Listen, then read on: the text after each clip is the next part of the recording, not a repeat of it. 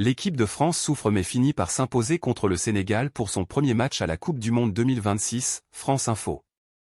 L'équipe de France souffre mais finit par s'imposer contre le Sénégal pour son premier match à la Coupe du Monde 2026. Kylian Mbappé, double buteur contre le Sénégal, est devenu le meilleur buteur de l'histoire des Bleus devant Olivier Giroud et a participé à la victoire de l'équipe de France pour son entrée en lice dans le Mondial 3-1. Publié le 16-06-2026 23h04 mis à jour le 16-06-2026 23h16 temps de lecture, 2 minutes la célébration de Kylian Mbappé après son ouverture du score face au Sénégal, dans le premier match à la Coupe du Monde, le 16 juin 2026.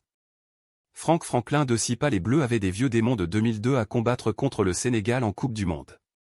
24 ans plus tard, l'équipe de France s'est fait peur mais est parvenue à s'imposer contre les Lions de la Teranga, mardi 16 juin à New York, pour son entrée en lice dans la compétition 3-1. Kylian Mbappé a délivré les siens puis est devenu le meilleur buteur de l'histoire des Bleus devant Olivier Giroud. Bradley Barcola a également participé à la fête, tandis qu'Ibrahim Mbaye avait réduit l'écart pour le Sénégal. Contre l'équipe championne d'Afrique sur le terrain, qui nourrit de belles ambitions dans ce mondial, rien n'a été simple pour les Bleus. Les hommes de Didier Deschamps ont été dépassés dans l'intensité en première période, mis sous pression, gênés dans la relance, et ont fait face à un bloc compact quand ils ont réussi à s'incruster dans le camp adverse. Résultat, c'est bien le Sénégal qui s'est procuré la première occasion franche, avec le poteau trouvé par Nicolas Jackson et un ballon qui a ensuite rebondi dans les pieds de Mike Maignan, heureux de voir le ballon sortir ensuite 25e. Alors qu'il n'avait tiré qu'une seule fois au but avant la pause par l'intermédiaire des Ousmane Dembélé, de loin 18e, les Français sont revenus des vestiaires avec de meilleures intentions. Ils ont enfin tenté leur chance face au but, dès le tout début de la seconde période, par l'intermédiaire de Désiré Doué 47e, puis Michael Olise 53e et Kylian Mbappé 53e, qui ont buté sur Edouard Mendy. Les Bleus auraient pu bénéficier d'un pénalty sur un tacle litigieux de Sadio Mané sur le capitaine tricolore 59e, mais ce n'était que partie remise pour le Madrilène qui a trouvé le chemin des filets sur une frappe en pivot 66e, alors qu'il avait été très brouillon jusque-là. Avec ce but, Kylian Mbappé est entré un peu plus dans l'histoire des Bleus, en devenant le co-meilleur buteur de l'équipe de France. Mais son appétit de record est insatiable et il s'est offert un doublé en fin de match, dès une frappe lointaine sublime 90e 6, faisant de lui l'unique meilleur buteur des Bleus, devant Olivier Giroud, avec 58 réalisations. Il devient aussi le meilleur buteur français en Coupe du Monde devant Just Fontaine, avec 14 buts. Cette deuxième réalisation du capitaine français était la bienvenue alors que les Bleus avaient auparavant doublé la mise par Bradley Barcola 82e, mais avaient vu le Parisien Ibrahim Mbaye réduire le score 90e 5 et aurait pu trembler jusqu'au bout du temps additionnel. Ce but encaissé vient tout de même ternir le bilan de ce match, le 6e consécutif où les hommes de Didier Deschamps ne parviennent pas à garder leur cage inviolée. L'équipe de France tentera d'assurer sa qualification pour les 16e de finale dès son prochain match, contre l'Irak, lundi 22 juin à 23h heure française. Sujet suivant. Des pointes possibles à 40 degrés Celsius dimanche, quelles sont les températures prévues par Météo France pour la fin de semaine? France Info. Des pointes possibles à 40 C dimanche, quelles sont les températures prévues par Météo France pour la fin de semaine? L'Institut de prévision météo prévoit plus de 30 C dans plusieurs régions à partir de mardi. Le mercure ne va pas cesser de grimper jusqu'à ce week-end.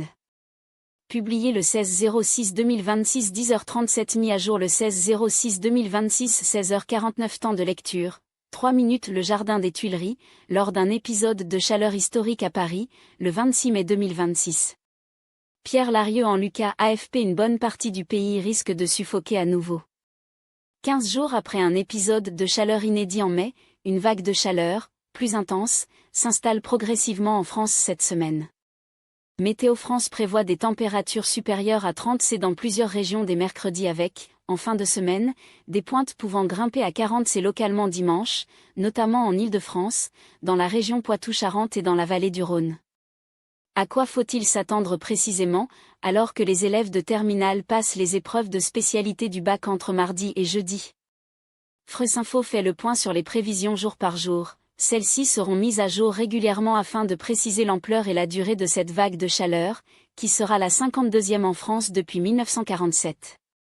Mercredi, la chaleur s'intensifie partout. Les fortes chaleurs gagneront l'ensemble des régions mercredi. La majorité d'entre elles seront concernées par des valeurs comprises entre 30 et 35 C sur une large partie sud du pays, avec des pointes à 36 à 37 C possibles dans le sud-ouest, le Sud-Est et la vallée du Rhône. À Paris, Météo France anticipe des températures autour de 32 C. Seule la Bretagne et les zones côtières de la Manche seront épargnées, avec des températures relativement plus fraîches, sous la barre des 30 C, voire proche d'une vingtaine de degrés près de la Manche. Jeudi, le thermomètre grimpe encore, prévisionniste à Météo France. Christelle Robert anticipe une intensification du phénomène jeudi alors que la chaleur va devenir très forte sur de nombreuses régions. Cela va se traduire par une nuit de mercredi à jeudi chaude, avec des températures qui ne descendront pas sous les 20 C, explique-t-elle. La chaleur deviendra très forte sur une grande partie centrale du pays, avec 34 à 38 C attendus de l'intérieur du sud-ouest au sud-est et au nord-est, en passant par le centre-Val de Loire et le bassin parisien, avec notamment 35 C possibles dans la capitale, détaille Météo France. La chaleur deviendra aussi plus lourde dans l'ouest de l'Hexagone. Météo France évoque un risque d'orages isolés mais potentiellement forts dans cette partie du pays. Un temps humide sur la majeure partie du pays, avec des pluies en pleine chaleur, devrait rendre les températures plus difficiles à supporter que fin mai, où l'air était resté sec. Vendredi, les très fortes chaleurs se maintiennent, pas d'amélioration en vue vendredi. Les fortes à très fortes chaleurs se maintiendront sur la majeure partie du pays, selon l'Institut de prévision. Des pointes entre 37 et 39 C en Bourgogne sont attendues. En Île-de-France, le mercure devrait dépasser les 35 C. Ces chaleurs s'annoncent lourdes et des orages, parfois forts, pourraient de nouveau éclater dans l'ouest du pays. Samedi et dimanche, les 40 C pourraient être atteints dimanche. Un nouvel afflux d'air chaud apporte une hausse des températures, avec des pointes possibles à 40 C sur plusieurs régions, continue Christelle Robert, citant le Poitou-Charentes, l'Île-de-France et la vallée du Rhône. Les nuits seront encore chaudes, en particulier celles de samedi à dimanche et celles de dimanche à lundi, alors que se déroulera la fête de la musique. Avec le solstice d'été, le 21 juin, les nuits sont courtes. Ce qui limite la baisse nocturne des températures, remarque Corentin Perrault, prévisionniste à Météo France, auprès de l'AFP. Comme le relève l'Institut de prévision, cet épisode de canicule va accélérer la sécheresse des sols, notamment en Aquitaine, dans le Limousin, en Alsace et en Midi-Pyrénées. La végétation va également continuer à s'assécher, renforçant le risque de feux de forêt. Cette fois, on franchirait un cran supplémentaire par rapport à mai, avec un facteur aggravant, des sols nettement plus secs, qui favorisent l'échauffement de l'air, écrivait dès samedi l'agronome Serge Zaka sur Facebook. La fin de cet épisode de chaleur dépendra de l'effet rafraîchissant d'orages prévus en fin de semaine. Depuis le 19e siècle, la température moyenne de la Terre s'est réchauffée de 1,3 C. Les scientifiques ont établi avec certitude que cette hausse est due aux activités humaines, consommatrices d'énergie fossile, charbon, pétrole et gaz. Ce réchauffement, inédit par sa rapidité, menace l'avenir de nos sociétés et la biodiversité. Mais des solutions d'énergie renouvelable, sobriété, diminution de la consommation de viande existent. Découvrez nos réponses à vos questions sur la crise climatique. Sujet suivant. Blocus du détroit d'Ormuz, pourquoi la prudence reste de mise malgré l'annonce de l'accord entre les États-Unis et l'Iran, France Info. Vers une reprise du trafic sans entrave dans le détroit d'Ormuz? La perspective d'un accord cadre entre Washington et Téhéran laisse entrevoir la réouverture de ce corridor à l'importance cruciale pour le commerce mondial. Celle-ci pourrait intervenir après la signature prévue vendredi 19 juin en Suisse. Navires du monde entier, mettez les moteurs en marche. Que le pétrole coule à flot, a claironné le président américain, Donald Trump. Ces slogans ne suffiront pas à rétablir la confiance des acteurs maritimes, échaudés par les annonces contradictoires des derniers mois. Ils réclament désormais des garanties. Le contexte sécuritaire reste lourd. Le 8 avril, les gardiens de la Révolution ont publié une carte où le principal passage du détroit appelé dispositif de séparation de trafic TSS figure en zone de risque, évoquant la présence potentielle de mines. Depuis, les navires qui sont autorisés à prendre la direction du golfe Persique, vers l'ouest, doivent passer au nord de la petite île de l'Arak, en rasant les côtes iraniennes. Plusieurs experts ont ensuite évoqué la possible présence de mines marines dites MAM. Le média américain CBS News évoque notamment des modèles capables de repérer des navires grâce à des capteurs acoustiques et magnétiques. Et fin mai, l'armée américaine a de nouveau mis en garde les capitaines contre un minage dangereux et illégal dans le détroit. À ce stade, la présence de mines n'a jamais été confirmée officiellement. Un engin flottant, tout au plus, a été signalé le 31 mai à proximité d'Oman. Mais cette incertitude ne change rien, pour les marins.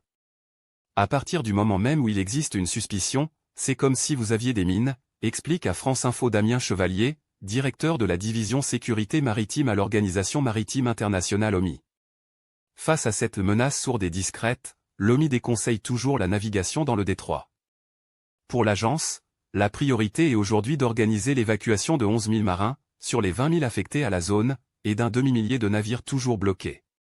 Pour cela, il faut identifier la route la plus sûre, souligne Damien Chevalier. 3 options existent, mais aucune n'est idéale.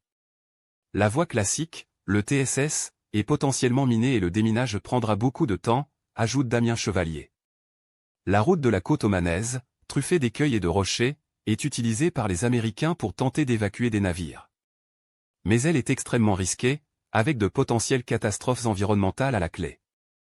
La solution la plus rapide serait d'utiliser la route iranienne, au nord de l'Irak, pendant les opérations de déminage du TSS. Mais c'est aussi l'option la plus complexe à négocier sur le plan politique. Les gardiens de la révolution iranienne ont verrouillé le détroit d'Ormuz. Apollonia Ilverda France Info. La navigation maritime est basée sur l'évaluation du risque, et le coût humain et financier est colossal en cas d'accident. La menace des mines dans la région demeure une préoccupation immédiate et à plus long terme, et des itinéraires déminés doivent être établis, commente également Jacob Larsen, responsable de la sécurité au sein de l'association maritime Binco, cité par Reuters. Il est très risqué pour les navires d'entamer leur transit à ce stade, en l'absence de détails précis sur l'accord promis par l'administration américaine. Plusieurs obstacles doivent être franchis pour rétablir la confiance. Il faut d'abord définir des garanties de sécurité. Pour le moment, l'OMI déconseille la navigation. Les annonces précédentes se sont soldées par des attaques sur des navires et des morts. Damien Chevalier, directeur de la Division sécurité de l'OMI à France Info. La France et le Royaume-Uni ont proposé une mission internationale de déminage, aux côtés de 38 autres pays. Cela consiste à mobiliser des chasseurs de mines équipés de petits drones et des sonars, afin de balayer la zone pour détecter d'éventuelles charges explosives marines. En cas de découverte, l'équipage déclenche une intervention de plongeurs démineurs ou l'envoi d'un robot. Ces opérations devront balayer l'ensemble de la zone et même au-delà, à la recherche de mines à la dérive, ce qui nécessitera plusieurs semaines. Une mission internationale, par ailleurs, suppose un accord de toutes les parties, a convenu la ministre déléguée aux armées, Alice Ruffo, sur France Inter. L'Iran a toujours défendu farouchement sa souveraineté dans ses eaux territoriales du détroit. En avril, les gardiens de la Révolution ont même mis en place une autorité, le PSGA, chargée de filtrer les entrées dans l'intégralité du corridor, tout en collectant un nouveau droit de péage. Il ne semble pas disposé à la céder, même temporairement. Lors des négociations, l'Iran aurait obtenu in extremis le maintien de taxes sur le trafic maritime, affirme l'agence iranienne Phare, proche de l'armée idéologique. Ces droits de péage seraient rétablis 60 jours après la signature de l'accord-cadre, au mépris du principe de la liberté de circulation. La diplomatie iranienne, elle, préfère évoquer des frais pour les services de navigation. Une certaine confusion règne autour du détroit.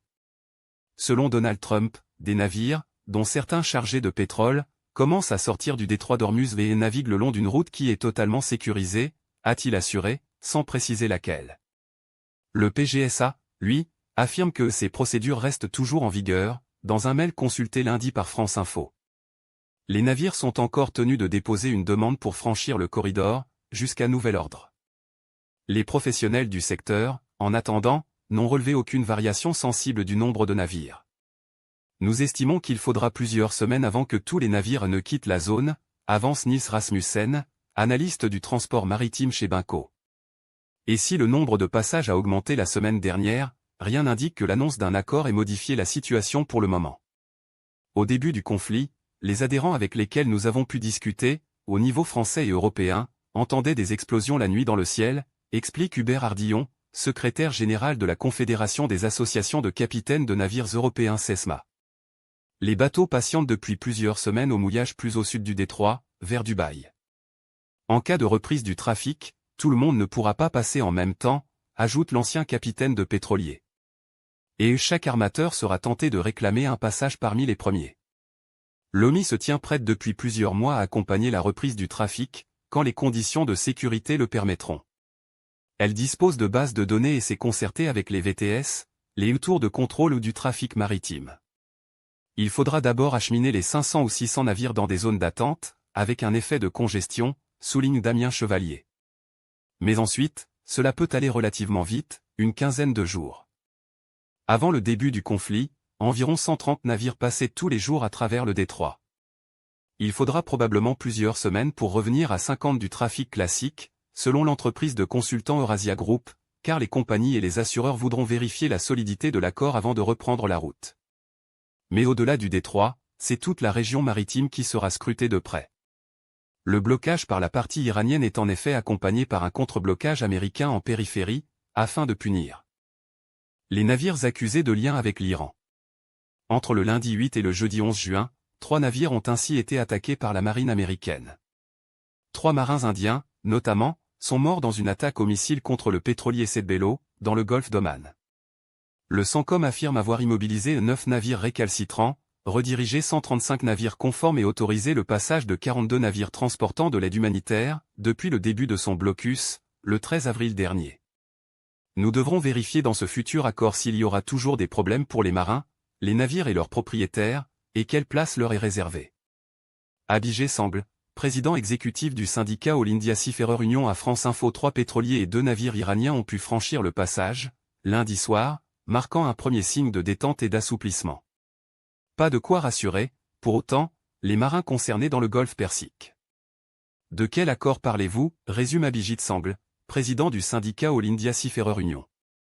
À ce stade, il n'y a aucune information officielle et il est impossible d'en discuter. La principale préoccupation des marins demeure la situation sécuritaire dans le détroit et autour. Sujet suivant. La Russie affirme qu'une de ses frégates a tiré des coups de semonce contre un yacht britannique qui s'approchait dangereusement dans la Manche, France Info. La Russie affirme qu'une de ses frégates a tiré des coups de semonce contre un yacht britannique qui s'approchait dangereusement dans la Manche. Le yacht, qui naviguait sous pavillon britannique, a alors changé immédiatement de cap et s'est éloigné du navire de guerre russe, a annoncé mardi soir le ministère russe de la Défense. Publié le 16-06-2026 20h19 mis à jour le 16-06-2026 22h27 temps de lecture, 1 minute une vue de la Manche, le 4 janvier 2025. Henri Nicole AFP. La frégate russe amiral Grigorovitch a tiré des coups de semonce, mardi 16 juin, en direction d'un yacht à voile nommé Bright Future et naviguant sous pavillon britannique dans la Manche. Ce yacht s'approchait dangereusement du navire de guerre russe, a affirmé le ministère de la Défense russe dans un communiqué. Pour attirer l'attention de l'équipage du yacht, des fusées éclairantes et des signaux sonores ont été lancés. Quand la distance entre les deux navires est passée en dessous de 150 mètres, le commandant de la frégate a décidé d'ouvrir le feu préventivement sur le navire avec des armes de petit calibre, a détaillé Moscou.